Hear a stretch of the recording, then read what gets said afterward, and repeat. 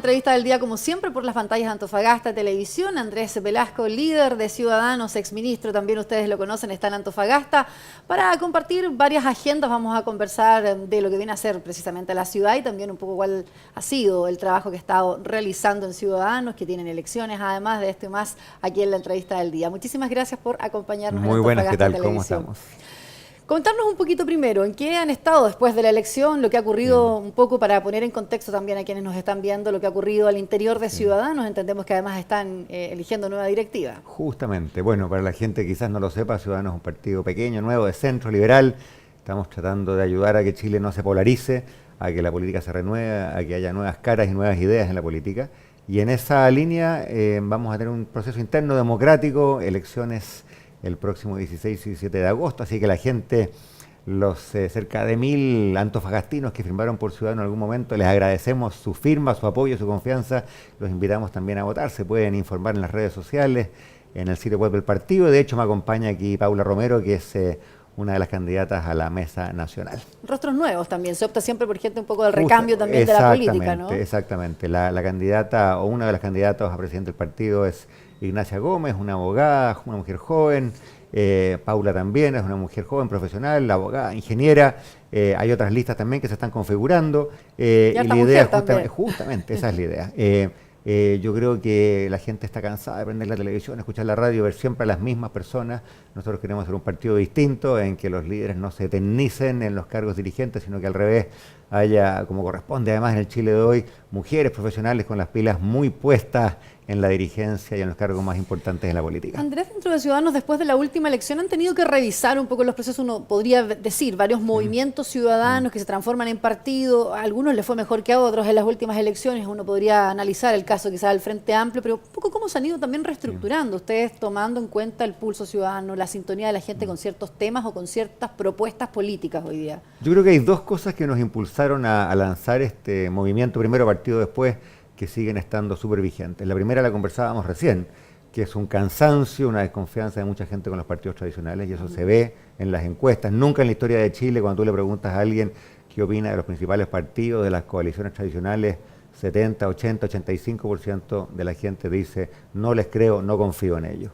La otra cosa es la necesidad de que Chile no se vuelva, como está pasando en Colombia, en Brasil, en México, un país de una política polarizada, en que un extremo no le habla al otro extremo, en que las propuestas o desaparecen o son rígidas, ideológicas, y al final las soluciones prácticas a los temas de empleo, de delincuencia, de integración a la mujer, por ejemplo, no llegan porque la política se debate en puras peleas. ¿Cómo ve hoy día la instalación del gobierno entonces de Sebastián Piñera en su segundo cierto mandato y un poco este nuevo parlamento que también tenemos y cómo esos dos poderes hoy día se están enfrentando también? Yo creo que 100 días no es mucho para emitir un juicio tajante. Creo que hay cosas que el gobierno ha hecho razonablemente bien. Por ejemplo, me gusta la idea de que se planteen acuerdos nacionales.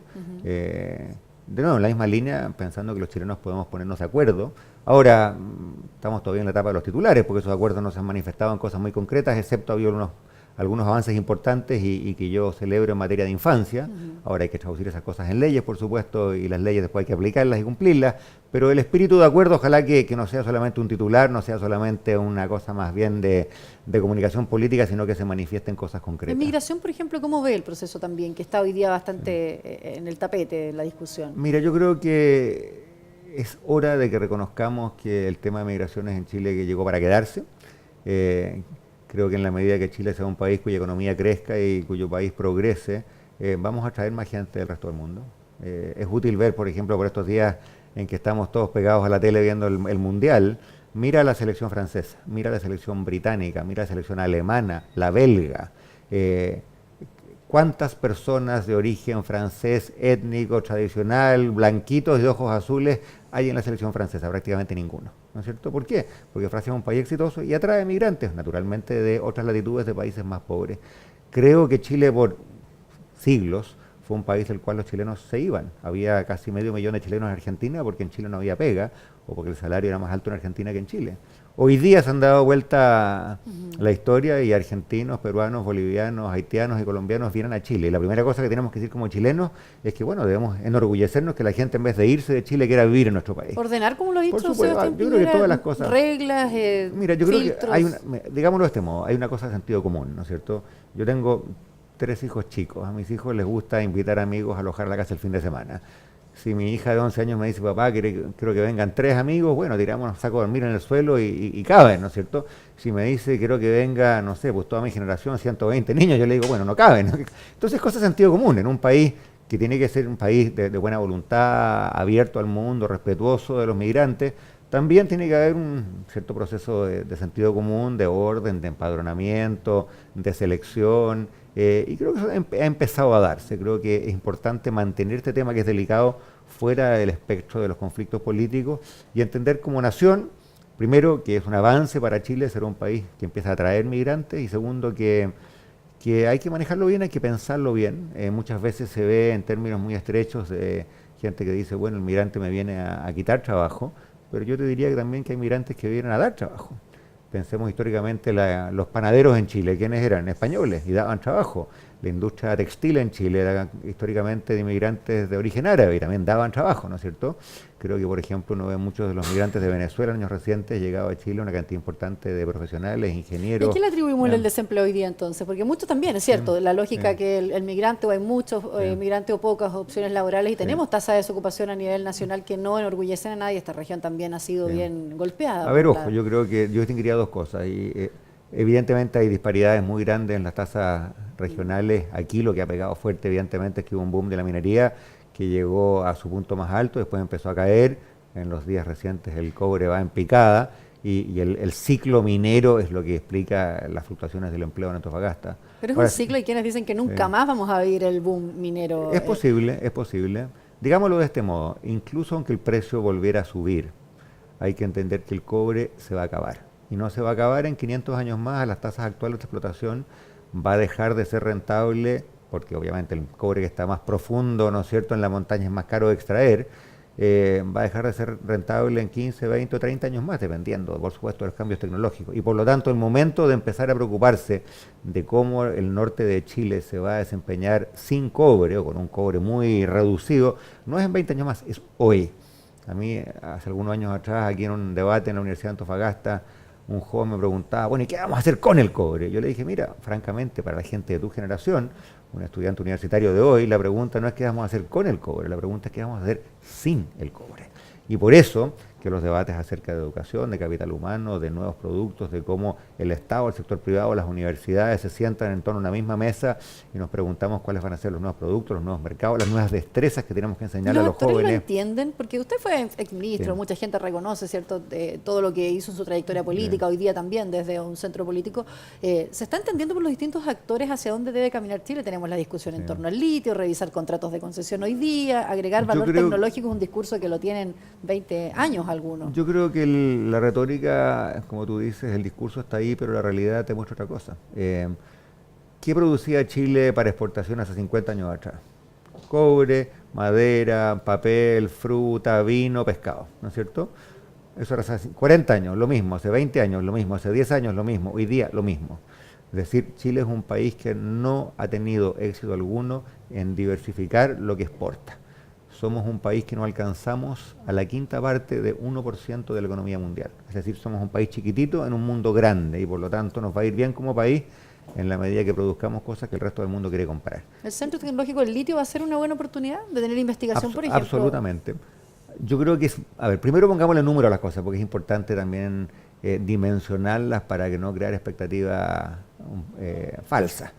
El litio hoy día como exportación de producto primario es un producto pequeño. Es decir, Chile exporta 50, 60 veces más cobre que litio. Por lo tanto, cuando uno escucha por ahí algunos demagogos que dicen que el litio va a permitir arreglar las pensiones, la salud y la educación, eso no es así. Dicho lo anterior, yo celebro que estemos pasando de un discurso súper ideológico a una solución práctica, que es, Chile tiene potencial no solamente para producir litio, sino que para integrar la cadena de valor y producir baterías. Probablemente no vamos a producir autos eléctricos, pero por lo menos baterías, ¿no es cierto? Ahora, eso también requiere que los políticos demagógicos dejen de lado su retórica, porque esta va a ser una solución que va a tener algo de Estado, pero también algo de mercado, en que probablemente las empresas que tienen la tecnología no va a ser Codelco, va a ser una empresa extranjera y por lo tanto el Estado de Chile va a tener que concesionarle. ¿No podría Codelco, que es lo que algunos dicen, que tiene acciones, podría hacerse cargo, expertise en nuestro negocio? Pero, ¿qué capacidad tiene Codelco para producir una batería? ¿Cuántas baterías han producido en la historia de Chile? ¿Cuántas baterías ha producido Codelco? ¿Qué acceso a la tecnología de baterías tiene? Cero, ninguna. Entonces, yo le tengo mucho respeto a Codelco, creo que es una buena empresa de cobre. Yo fui director de Codelco en la época que fui ministro de Hacienda y tengo solamente cosas buenas que decir acerca de Codelco. Pero no le pidamos a Codelco lo que Codelco no puede hacer, eso es fantasía. Codelco tiene cero capacidad. Codelco podría, o alguna empresa chilena, pública o privada, podría asociarse. Mira, digamos, no pretendamos inventar la rueda. En el mundo hoy día hay 3 centros de producción de baterías de litio: Estados Unidos, China y Corea. Y por lo tanto, si se van a producir baterías en Chile, va a ser en asociación con una empresa que venga de Estados Unidos, de China o de Corea. Es así de simple. ¿Y es mejorar las reglas del juego a lo mejor para ser más atractivos en ese sentido o fijar para algunos? Porque hoy día estamos revisando, incluso hay quienes dicen, hay parlamentarios que han presentado proyectos de ley para poder tener una mejor regulación en torno al litio y dice que las causales serían suficientes hoy día para poner fin al contrato, por ejemplo, con SQM. Pero es que esa es una discusión distinta. La pregunta que hay que hacerse es, ¿cómo deja Chile de exportar un producto primario y se monta sobre una cadena de valor que tiene un gran futuro? O sea, es bien evidente que el mundo va hacia la movilidad electrónica, ¿no es cierto? El auto eléctrico, que hace 5 años parecía una fantasía, hoy día es una realidad. Y por lo tanto hay que dejar de lado los lugares comunes, los golpes políticos. Mira, siempre es fácil atacar a alguien y salir en la tele, ¿no es cierto? Y por lo tanto la pregunta no es cómo se hace eso, la pregunta es cómo atraemos a las grandes empresas que tienen la tecnología de punta en el mundo. Y eso no se va a hacer con una polémica política, se va a hacer creando las condiciones, por ejemplo, una licitación, en que hay un sistema de puntos y tú digas, usted quiere venir a explotar el litio en Chile, muy bien. Resulta que si quiere solamente explotar el mineral, tiene 3 puntos. Si usted quiere subir en la cadena de valor agregado, le damos a dar más puntos y por lo tanto hay más posibilidad que esa licitación la gane una empresa que tenga tecnologías de punta y que pueda producir bienes con mayor valor agregado. Esa es la manera de hacerlo. Eso no va a dejar contento ni a las cabezas calientes de la derecha ni a las cabezas calientes de la izquierda, pero es la única solución razonable y ojalá que como país transitemos en esa dirección. Solo mirar el futuro, no mirar lo que ya está hecho, porque hay quienes hoy día de verdad dicen que lo de SQM y Corfo y la forma de la concesión es algo que se tendría que empezar a discutir. Yo creo que es evidente que Corfo estuvo bien al ponerse duro bajo el liderazgo de Eduardo Vitrán en el gobierno anterior, porque SQM no había respetado los contratos, eso no cabe ninguna duda, ¿no es cierto? Y por lo tanto me pareció que era importante que el gobierno de Chile defendiera el interés nacional y dijera, ese contrato como está, no se está respetando, hay que repactarlo. Todos los expertos que han mirado el acuerdo al cual llegó Vitrán dicen que es un acuerdo infinitamente mejor a lo que había antes, ¿ok? Y por lo tanto, esa línea tajante que tomó el gobierno de Chile es buena. Ahora, se resolvió un problema histórico. No se resolvió el problema del futuro. El problema del futuro es, el mundo va a transitar hacia una tecnología distinta. En vez de echarle benzina al auto, vamos a enchufar el auto. ¿Chile quiere ser un actor en esa nueva realidad o queremos ser sencillamente un observador de esa nueva realidad? Para eso, habiendo hecho todo lo que el gobierno anterior hizo, que estuvo bien, y espero que el actual gobierno lo mantenga, hay una discusión distinta que es cómo atraemos tecnología, capital y cómo pasamos de ser un productor de productos primarios a ser un productor de productos elaborados. Ese es el debate no solamente respecto del litio, es el debate respecto de muchos otros bienes.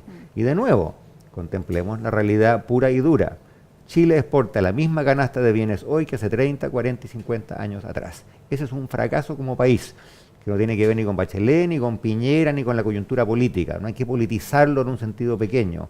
Es algo que como país no hemos logrado hacer. Y más vale que podamos, porque aquí en Antofagasta es donde más urgente es ese cambio.